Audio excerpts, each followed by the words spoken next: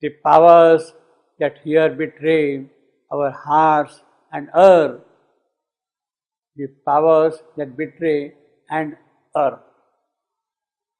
Grammatically, the powers that betray and err. The powers that betray our hearts and the powers that err. For the sovereign in truth, perfect in joy, masters in a creation without flaw, possessors of their own infinitude. So all these powers, they were in possession of their own infinitude. Each God is full power, in possession of his infinitude. Indra, Vayu, Varuna, Paga, Mitra, all those great gods, you see, possessors of their own infinitude. They are, now he is describing one by one the whole cosmic play. You see, the entire description is about this cosmic house now. First, those high gods, now coming down, where? First the powers, all these gods. Then mind. There, mind, a splendid sun of vision's rays. This is the mind of light. You see, these were the planes of new creation. The hierarchy, inferior to the supreme state. He's talked of the inferior planes, hierarchy of planes. So these are the hierarchies of planes now in the cosmic play. Their mind, a splendid sun of vision's rays, saved substance by the glory of his thoughts. So the physical was molded by the glory of the mind's thought and moved amidst the grandeur of its dream, its of mind, of its own, and moved amid the grandeur of its dream. Whatever mind dreams, it is there. You see. Then comes imagination, mind, imagination, great and sorrowing rod, the magic wand of imagination, summoned the unknown and gave to it a home. Yes, come and stay here. By the magic wand, you see, outspread luxuriantly in golden air, truth's iris-colored wings of fantasy, or sang to the intuitive heart of joy, wonders dream notes that bring the real close. Wonders dream notes that bring the real close. So you see, mind, following that imagination, following that intuition. He is describing all the details now of the hierarchy of plane. Imagination, great and sorcering rod, summoned the unknown and gave to it a home, outspread luxuriantly in golden air, truth's iris-colored wings of fantasy, or sang to the intuitive heart of joy, wondrous dream notes that bring the real close. So that is what the imagination and intuition in the true contents will do. They will bring the real closer to us. Its power that makes the unknowable near and to its mind. The whole description is for the mind. That makes the unknowable near and true. In the temple of the ideal, shrined the one. Here now sitting that one of the ideal. Of course, in this play, we have got the real, we have got the ideal. They are separate, the real and the ideal. They are not a real idea.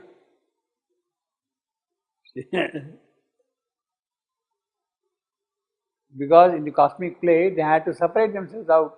Yet, each one should possess their respective divine quality.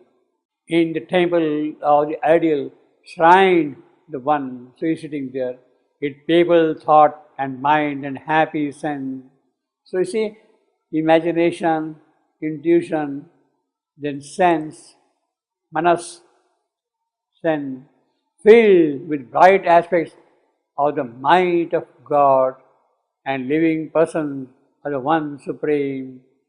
The speech that voices the ineffable, the ray revealing unseen presences, the virgin forms through which the formless shine, the word that ushers divine experience, the word that ushers divine experience, and the ideas that crowd the infinite.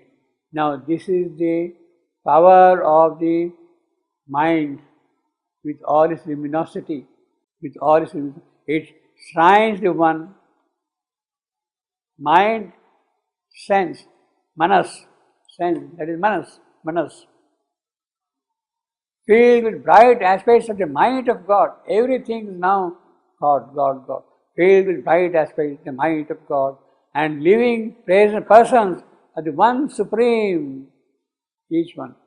The speech. See, so you have got now sense, you have got speech, you have got revelation, you have got forms, you have got word, you have got ideas, all belonging to this mind of light of the new creation.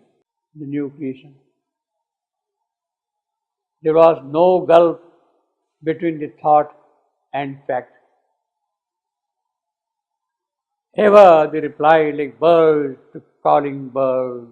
The will obeyed the thought, the act, the will.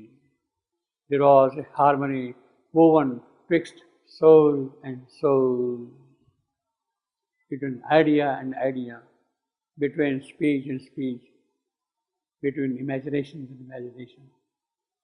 There was a harmony woven twixt soul and soul. A marriage with eternity divinized time. So this whole description. Mind of light, sir. Well, we are calling it not. See, he is building up now planes of hierarchy. What is the kind of mind of light? Not this one. Not this one. Yes. Mind of, as I said, mind of light, life of light, body of light. So Yes. These are the aspects of the new creation. Yes. And this whole description is of that mind. What is that mind after all? It is that mind belonging to the new creation. So we will call it mind of light in essence. But you said not the mind of light of here. You mean here there is another mind of light? Yeah, well, in Shabandu's occult terminology, mind of light means the physical mind receiving the supramental light and force. Here. Now, he is talking of the mind. What kind of mind it is there? It is that mind which is now being described here in great details, you see. In 4-5 sentences, you see. Their mind, a splendid sun, you see, a splendid sun. That is the mind of light, the true mind of light. Mother, when she described it, the supramental being and mind, she said and there, what we can think the clothes. Whatever you think, you have it. Yes. Like exactly like Yes, he exactly. is telling this. Yeah. So it's the same mind, Yeah. supramental Yeah. mind. Yeah, and he has described in great detail. So, in the new creation, the quality, the type, the splendor, the grandeur, the sun of mind is what is being described here. Splendid sun of vision's rays, that is the true nature of mind. It is that which should come here down. Divine mind, what he calls in other place, divine mind. The word mind is Little, yeah, well, no, basically it is a certain faculty of the divine which is required for separation, for form, for discrimination, that kind of a thing is required, you see. Here what has happened is, the separation is analytical, we break, we filter out, you see.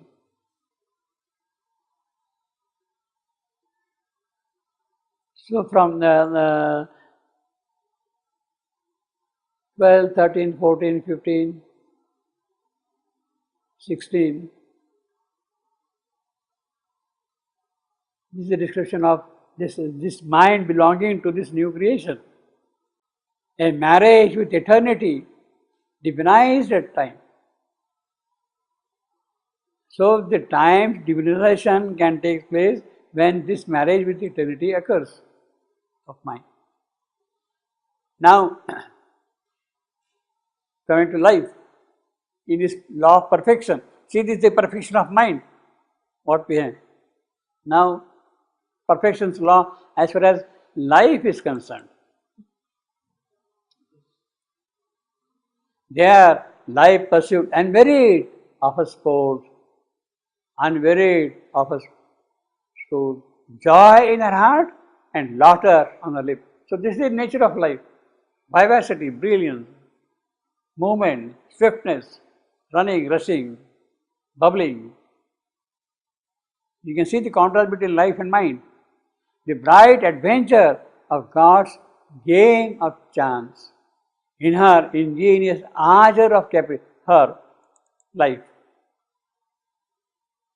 In her ingenious ardor of caprice, in her transferring mirth, she mapped on time a fascinating puzzle of events. This is what she does.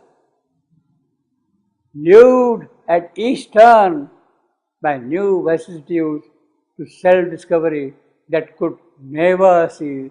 Discovery that could never cease. That is her constant creative activity. Ever she framed, she again of course life, ever she framed stark bonds for the will to break, brought new creations for the thought's surprise and passionate ventures for the heart to dare, where truth recurred with an unexpected fame, or else repeated old familiar joy, like the return of delightful rhyme. Return of a delightful rhyme. Well, that is what the verse is. You have got rhyming, so you come back to the same moment, you see. That is why it is verse. Delightful rhyme. Like the return that is coming back to the verse form.